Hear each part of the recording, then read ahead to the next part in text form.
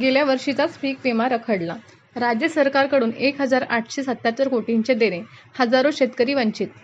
राज्य सरकारला परत मिळणारी रक्कम ICICI 203, Universal Sompo 135, United India 93, Cholamandalam 21, भारतीय कृषी विमा 154, एचडीएफसी 385, रिलायन्स 381, एकूण 1,372. कंपन्यांकडून मिळणारा फरक. खरीप पीक विमा योजनेतील बीड पॅटर्ननुसार 100% कमी नुकसान भरपाई असल्यास 80 ते 110 या सूत्रानुसार विमा कंपनीला देण्यात आलेला हप्ता नुकसान भरपाईच्या दाव्यापेक्षा जास्त असल्यास विमा कंपनीचा 20% नफा वगळून उर्वरित रक्कम राज्य सरकारला देणे बंधनकारक आहे.